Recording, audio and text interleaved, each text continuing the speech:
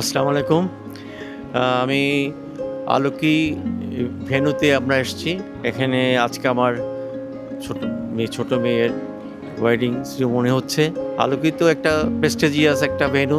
এখানে ইভেন্টসের কাজ করেছে আজোয়া। তো আমি ঢুকেই ১ম এ আসলে মানে কি বলবো? উৎফুল্ল। খুব সুন্দর একটা ওদের ইভেন্টসের কাজ করেছে। যে হোয়াইটের উপর পিঙ্কিশ এবং লাইটিং এর কম্বিনেশনের মধ্যে অসম্ভব ভালো লাগতেছে আমার। আসলে প্রত্যেকটা জিনিস যে একটা সৃজনশীলের যে হাতের ছোঁয়া আছে তা আমরা বুঝতে পারছি। খুবই ছিমছাম, কোনো হ্যাপাজেট না, কোনো গ্যাঞ্জাম নাই। একদম সিস্টেমেটিক্যালি এখানে একটা ওনারা কাজ করেছেন। প্রত্যেকটা জিনিস আসলে রুচির একটা পরিচয় পাচ্ছি আমরা। আজোয়ার উপর আমরা বিশ্বাস রেখেছিলাম। সেই বিশ্বাসের মর্যাদা ওনারা রেখেছেন।